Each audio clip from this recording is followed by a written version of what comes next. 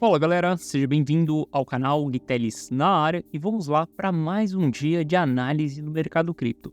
Hoje a gente vai falar especificamente sobre stablecoin.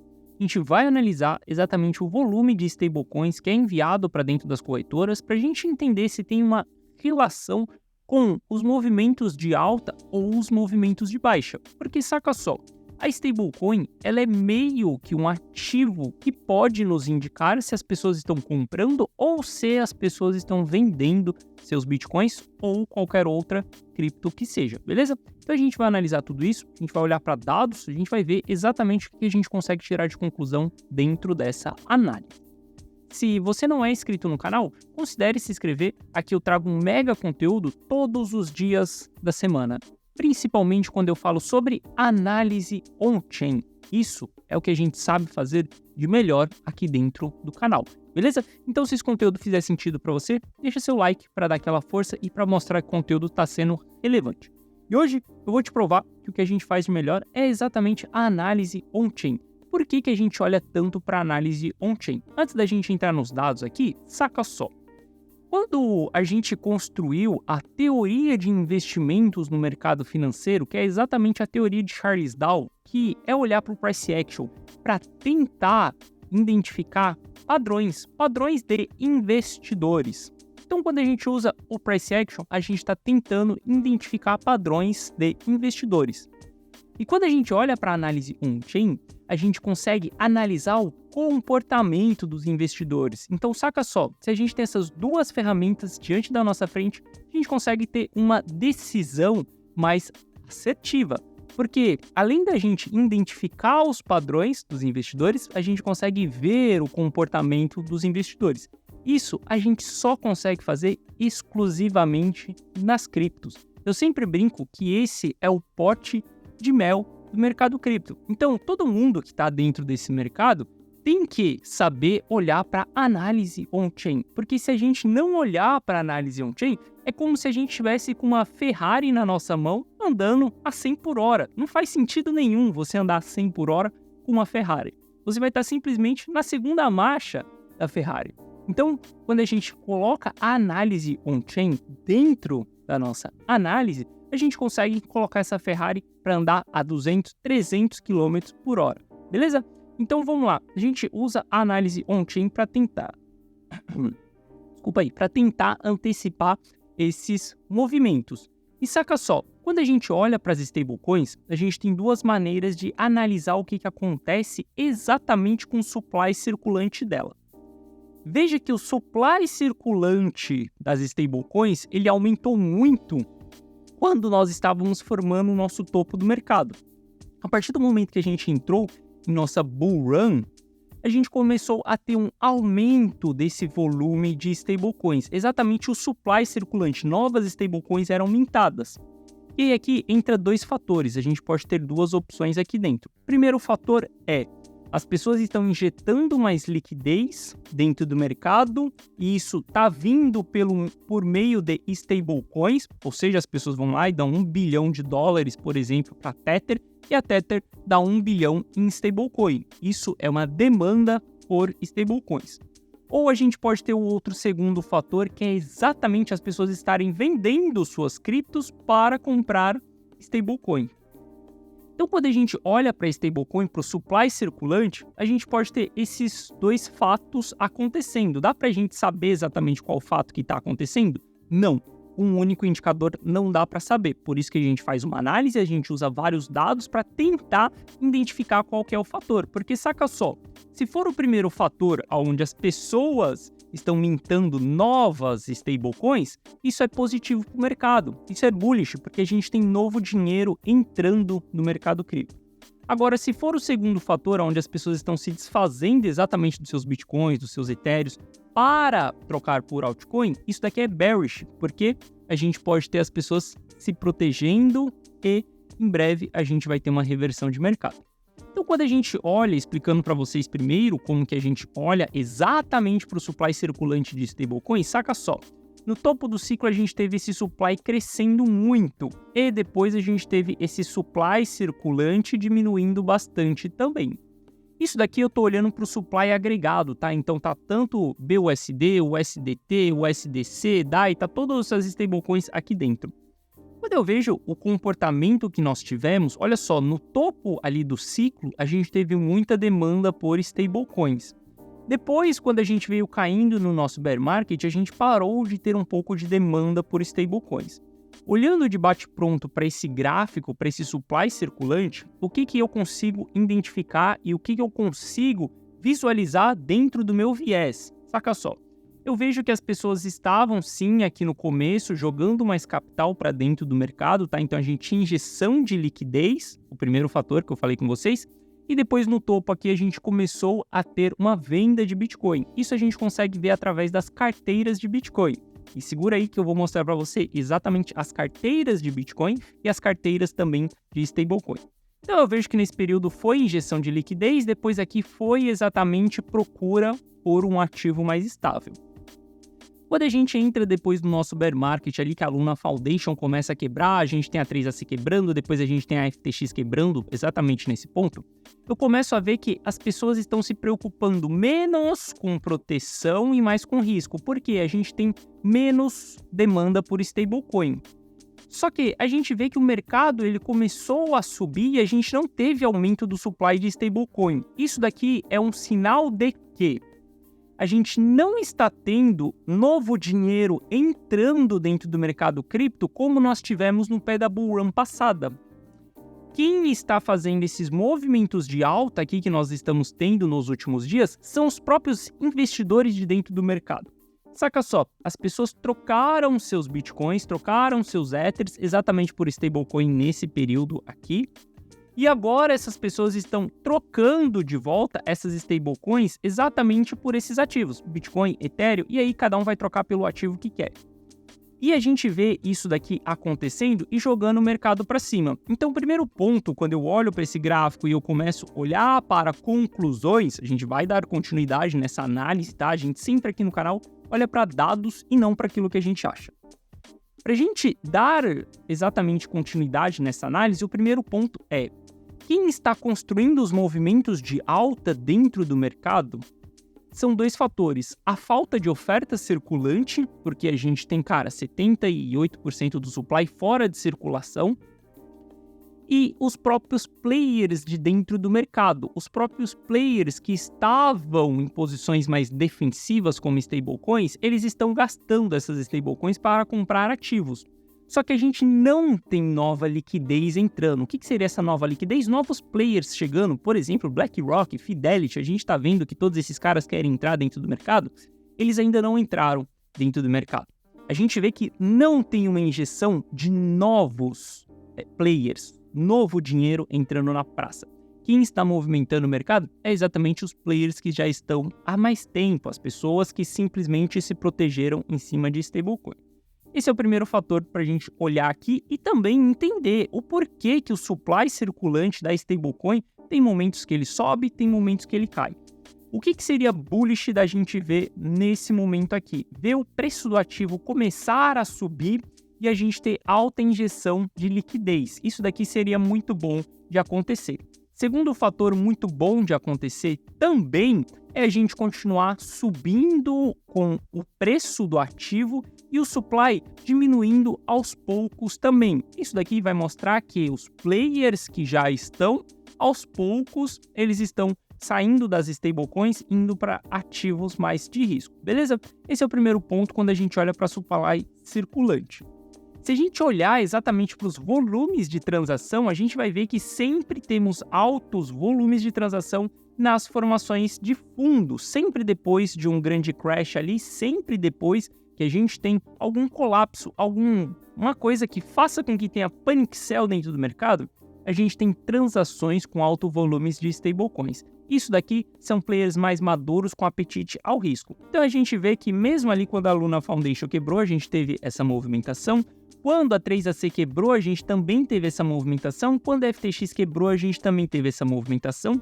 E quando o banco SVB quebrou, a gente também teve essa movimentação. Ou seja, grandes players buscando oportunidade em meio ao caos. Eu já comentei com vocês que em toda crise existe dois tipos de pessoa, as pessoas que choram e as pessoas que vendem lenço. Toda crise, você pode ser a pessoa que vende lenço, a pessoa que procura oportunidade em meio ao caos. Saca só, quando você vai comprar uma casa, se você comprar quando está tudo muito bem ali, quando as casas estão sendo vendidas, quando o dinheiro está sobrando, você vai pagar mais caro na casa. Agora, se você comprar em meio a uma crise financeira, por exemplo, a crise imobiliária que nós tivemos aqui nos Estados Unidos, no passado, lá em 2008, cara, você conseguia comprar casas a preço de banana. Mas, para você comprar uma casa a preço de banana, você tinha que ser uma pessoa que estivesse vendendo lenço em meio ao caos, em meio à crise. Então a gente vê o comportamento desses players de altos volumes sendo transacionados em stablecoins sempre depois que a gente tem esses grandes crashes acontecendo, tá? Sempre depois que a gente tem esses panic sell acontecendo. Esse gráfico aqui, cada linha exatamente aqui vai representar uma stablecoin, somei todo mundo junto ali e construir um valor agregado. Olha só como que o valor agregado, a gente vê bastante essas movimentações acontecendo sempre depois que a gente tem a queda. Muitas pessoas se perguntam, pô, mas essa movimentação pode ser de venda dos ativos, por isso que a gente tem queda. Não exatamente, porque a gente sempre vê essas barras aqui acontecendo, alto volume de stablecoins sendo transacionados, enviados para as corretoras, depois que a gente tem a queda. Ou seja, a gente não está vendo um outflow, ou seja, uma saída de stablecoins de dentro das corretoras. Estamos vendo um grande inflow dentro das corretoras. Ou seja, tem muita gente enviando dólares por meio de stablecoin para dentro das corretoras após um crash. Isso aconteceu na Luna Foundation, isso aconteceu na 3AC, na FTX e na formação de fundo ali do mercado. E também quando a gente teve o banco aqui nos Estados Unidos, o SVB, quebrando também. Nesse momento que nós estamos aqui, o mercado está meio que apático, não tem tanto envio de stablecoins assim. A gente teve um volume um pouquinho mais alto, exatamente ali em julho, tá? Em junho, na metade de junho ali, antes da gente dar uma nova pernada ali para os 30 mil dólares, mas a gente está com um movimento meio que apático também. Isso daqui mostra para nós que os players estão aguardando alguma coisa. E aí aqui eu vou falar com vocês exatamente como que eu tenho o meu olhar por preço do ativo nesse momento. E me segue aqui no canal, sabe que durante um longo período, quando a gente estava ali por volta dos 31 mil dólares, eu sempre falava que a gente poderia ter um pullback até os 27 mil dólares.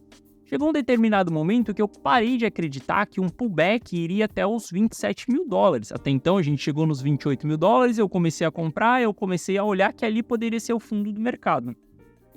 Só que eu tô vendo que o mercado ele ainda tá esperando alguma coisa para fazer novas compras. As pessoas ainda estão esperando algum evento ali para realmente dar uma comprada. Então, eu começo a ver que eu estava errado em achar que os 28 poderia ser fundo.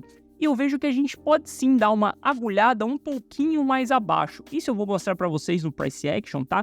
Hoje a gente já está em cima do custo do investidor de curto prazo, que é os 28 mil dólares e 800, alguma coisa desse tipo. Mas eu acredito que a gente pode sim dar uma agulhada, construir um flush no mercado exatamente para a gente ter essa injeção de liquidez, panic sell, desesperos das pessoas e entrada de novo capital. Mas isso daí a gente fala exatamente mais para frente ali no Price Action. Por que eu digo isso? Porque ainda estamos mostrando apatia, mesmo dentro dessa região que nós estamos dos 29 mil dólares. O preço não cai com força, mas a gente também não tem tanta injeção de liquidez para que a gente volte a subir. Saca só, exatamente nessa data aqui, ó, foi quando a gente teve, esse gráfico mostra transações acima de 100 mil dólares. Exatamente nessa data aqui foi quando eu comecei a falar com vocês ali dia 1º de agosto de que a gente poderia ter chego no fundo desse pullback, que os 28 mil dólares ali poderia ser o fundo, que a gente estava vendo um aumento de transações de stablecoins acima de 100 mil dólares. Mas veja que a gente não deu continuidade e o mercado não teve força o suficiente para subir dentro dessa região. E a gente mostra apatia novamente. Eu tô esperando que a gente ainda vá ter mais movimentos desse nível aqui, tá? Sempre que a gente tem informação de fundo, a gente também tem essa alta movimentação exatamente de stablecoins, exatamente um pré-indicador de que a gente pode ter movimentações de alta ou que a gente pode ter movimentações de baixa. Se a gente vê isso daqui, informações de fundo, a gente pode ter movimentações de alta. Então, quando eu olho aqui, a gente teve um dia ali que mostrou interesse comprador nos 28 mil dólares, tá? Por isso que eu comprei nos 28 mil dólares ali, mas isso daqui não foi suficiente para a gente jogar o mercado para cima. Então, eu vejo que nos próximos dias, a gente ainda pode dar um pouquinho de continuidade em queda para construir um flush. Se a gente analisar ali acima de $1 milhão, a gente também teve um pouco de movimentação no dia 1º de agosto, mas de lá para cá a gente começou a ficar dentro da média ali, não teve tantas movimentações altas, tantas movimentações agressivas como nós tivemos lá atrás. Isso daqui é interesse de grandes players para comprar o ativo. E quando a gente olha exatamente nesse momento, cara, estamos meio apáticos. Ou seja, parece que todo mundo está esperando algo acontecer. Algumas pessoas vão acreditar que está esperando a aprovação de ETF, só que, cara, ETF não vai ser aprovado esse ano. Os ETFs serão aprovados lá no ano que vem. E é melhor que eles sejam aprovados no ano que vem.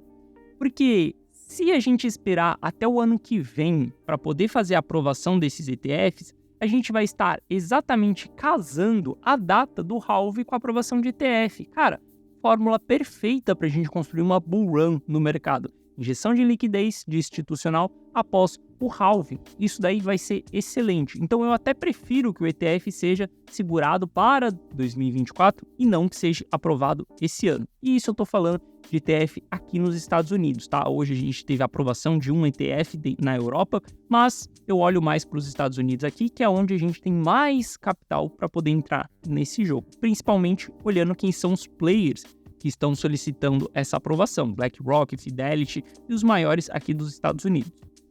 Bom, e quando a gente olha exatamente para esses volumes aqui de transação de stablecoin, lembra que eu falei com você?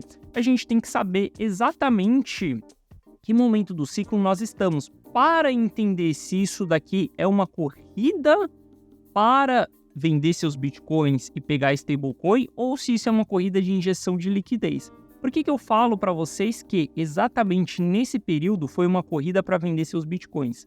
Porque junto com essa análise de stablecoin, a gente pode colocar uma análise de realização de lucro ou prejuízo no Bitcoin. E a gente vê que na formação de topo, a gente tinha realizações de lucro ali na casa de 5 bilhões de dólares, 4 bilhões e poucos dólares aqui, 2,5, 2,700 bilhões de dólares. Olha quantos bilhões de dólares foram realizados dentro dessa região. Muitos desses bilhões foram exatamente convertidos em stablecoin. Por isso que nesse período aqui a gente vê um aumento desse supply circulante. Quando a gente olha para o patamar que nós estamos hoje, a gente tem pouca realização de lucro. Então, isso daqui não mostra um interesse dos players ainda em colocar lucro no bolso. Então, quando a gente for olhar para esse supply circulante, a gente tem que trabalhar junto com a realização de lucro / prejuízo do Bitcoin, para a gente entender qual que é aquela movimentação que está acontecendo dentro do ativo, beleza? E a gente consegue ver isso daqui também através das carteiras. Olha só, se eu olhar para o saldo das carteiras de stablecoin, eu vou ver que esse saldo ele foi crescente ao longo da formação de topo. Enquanto eu olho para o saldo das carteiras de Bitcoin, ele foi decrescente ao longo da formação de topo, ou seja, troca de Bitcoin por stablecoin. E quando a gente olha exatamente o que aconteceu aí, o que está acontecendo no ciclo, a gente começou a ter um aumento de stablecoins novamente até a gente bater a região ali de abril, né? Primeira vez que a gente chegou nos 30 mil dólares. E quando a gente olha para o patamar que nós estamos hoje, a gente começa a ver uma pequena distribuição em stablecoins. Olha só, as carteiras de stablecoins, elas começam a cair um pouco. E quando a gente olha exatamente para as carteiras de Bitcoin, elas começam a subir um pouco. Ou seja, isso daqui é um sinal de que a gente tem as pessoas trocando seus ativos mais seguros, né? O que seria seu ativo mais seguro? Seria stablecoins por Bitcoin. Mas a gente ainda não tem uma grande troca, a gente ainda não tem uma grande transação, a gente ainda não tem uma grande porrada para conseguir jogar o preço para cima. Os 30 mil dólares é a maior resistência que a gente tem no jogo, tá? E é a resistência cíclica. A partir do momento que a gente romper os 30 mil dólares, for para 35, 38, depois ali para cima ninguém mais vai acreditar em bear market. A gente ainda tem pessoas que acreditam em bear market, já tem pessoas que acreditam em bull market, tem pessoas que são neutras. Cara, já falei com vocês, cada investidor ele tem um viés, cada investidor tem um setup e a gente tem que saber respeitar cada setup e cada opinião. Porque se todo mundo conseguisse pensar na mesma coisa e acertar o mesmo lado, acertar a mesma direção, usar as mesmas ferramentas, talvez nada disso funcionaria. Porque vai estar todo mundo comprando junto e vendendo junto. E se a gente não tiver alguém andando na contramão, a gente não tem quem pague a conta. Então a gente precisa de pessoas andando na contramão. Então quando a gente olha para esses movimentos que estão acontecendo, primeiro ponto é a movimentação de alta, a tendência de alta que a gente tem ao longo do ano está sendo uma tendência de alta consistente. Por quê? A gente vê redução de stablecoins, a gente vê aumento de Bitcoin. A gente vê investidores mais maduros, investidores de longo prazo, smart money, acumulando seus Bitcoins, comprando seus Bitcoins e estocando. 75% do supply circulante, a gente pode falar disso amanhã, já saiu de circulação. Está estocado na carteira desses investidores mais maduros. Então, quando a gente olha para a alta está sustentável, mas está faltando alguma coisa no curto prazo para a gente dar uma nova pernada, para a gente, quiçá, romper os 30 mil dólares, para quiçá ir bater nos 32, 34 e a gente ir para cima. Está faltando alguma coisa acontecer dentro do mercado. E eu digo isso por conta dessa apatia que nós estamos tendo. Pouca movimentação de stablecoins, e quando a gente olha exatamente para o volume, quando a gente olha exatamente para o price action, nós vemos que está tendo uma apatia no mercado sim, a gente tem uma diminuição do volume, o preço não se mexe, a gente já está aqui, cara, há 50 e não sei quantos dias dentro dessa região, saca só, a gente já está há 55 dias dentro dessa região, isso vai fazendo com que as pessoas fiquem desinteressadas pelo ativo. Quando a gente olha para o RSI, por exemplo, ele está quase na metade do canal, ou seja, ele nem está em uma região de vendedores, como ele nem está em uma região de compradores. Então tá meio que os compradores esperando isso daqui chegar lá embaixo, os vendedores esperando para chegar lá em cima. Cada um aqui, cada ponta, cada investidor vai estar exatamente esperando algo acontecer. E é aí que vem a falta de volatilidade no mercado. A gente sabe que estamos com a menor volatilidade, cara, dos últimos anos aí, últimos meses, a gente vê que, cara, todas as volatilidades, elas estão extremamente comprimidas. Bando de Bollinger, todo mundo comprimido. Por quê? Por conta dessa apatia. E vai acontecer algum evento que vai dar uma porrada. E exatamente essa porrada a gente vai ter que analisar. Pode ser um flush acontecendo, pegando liquidez ali embaixo, tá? Eu acredito que isso daqui vai acontecer. A gente pode vir cair mais um pouquinho. Se a gente testar aqui, ó, a gente tem uma linha de tendência de alta, tá? A gente tem uma região aqui abaixo que pode ser testada, os 28 mil dólares. A gente ainda tem a cunha que pode descer um pouco mais. E a gente tem a média de 200 períodos aqui embaixo também. O que eu vejo é que se a gente construir um flush aqui embaixo, a gente pode ter um panic sell e a gente pode ter um interesse desses investidores que gostam de comprar em meio ao caos, exatamente injetando liquidez, para depois a gente continuar subindo lá na frente. Eu não acredito que a gente vai vir em patamares tão baixos assim, tá? Patamares de 25 mil dólares ali, eu não acredito que a gente vai voltar nesses patamares. Mas eu estou esperando uma movimentação mais agressiva, onde mostra um interesse dos investidores para a gente voltar a subir lá em cima, tá? Eu esperava de verdade que os 28 mil dólares aqui tivesse sido fundo, é uma região que tem interesse comprador, Então, quando a gente olha, tem muita sombra aqui embaixo dos candles. A história que o mercado está nos contando é que tem um interesse comprador dentro dessa região. Só que esse interesse comprador, ele não está dando continuidade para fazer com que o preço vá para cima. Então, por conta disso, eu acredito que a gente pode dar um flush aí para baixo sim, a gente pode voltar lá exatamente naquele alvo que eu tinha mente lá atrás, que era os 27 mil dólares, pode ser que agora a gente volte, a gente venha dar uma agulhada ali nos 27 mil dólares, 0,618 de Fibonacci, para depois continuar subindo lá na frente. E como que eu olho, como que eu me comporto diante a esse cenário? Bom, eu comprei nos 28 mil dólares, tá? Eu não me desfaço dessas posições porque são posições de longo prazo, carteira de longo prazo. Carteira de longo prazo, antes da gente entrar numa euforia, nós estamos ainda montando a carteira. Nós ainda estamos comprando a carteira. Então, eu olharia novamente para a compra caso o preço do ativo venha bater um flush. Caso a gente venha a exatamente vir nos 27, tem injeção de liquidez, eu olharia para um novo ponto de compra. Um pouco mais de exposição dentro do mercado. Obviamente, não vou estopar as posições, porque são posições de longo prazo, e quando eu olho para ciclo de mercado, para mim, cara, tudo segue muito bullish para o longo prazo. Apenas o curto prazo que eu estou vendo que falta alguma coisa para chamar os investidores, falta algum sentimento, alguma notícia, algum movimento, algo precisa acontecer dentro das criptos, dentro do Bitcoin, para a gente ter essa injeção de liquidez. Beleza? Outra coisa que eu queria comentar com vocês é sobre Ether, mas isso daí a gente pode falar amanhã. Quero falar com vocês exatamente teses sobre Ether, se a gente tem Ether em stake, se isso está sendo muito bom ou não em cima do protocolo, beleza? Então, na nossa análise de amanhã, a gente olha para Ether também, que é o nosso segundo maior ativo em termos de market cap dentro do mercado, e é um ativo que sim, a gente deve olhar para ter dentro da nossa carteira nessas movimentações que nós estamos tendo, beleza? Bom, então é isso, espero que eu tenha lhe ajudado com essa análise. Caso você gostou, caso algo fez sentido aqui para você, caso algum dado mostrou relevância para você, deixa seu like para dar aquela força pro canal, beleza? Tamo junto, forte abraço e eu te vejo amanhã. Valeu!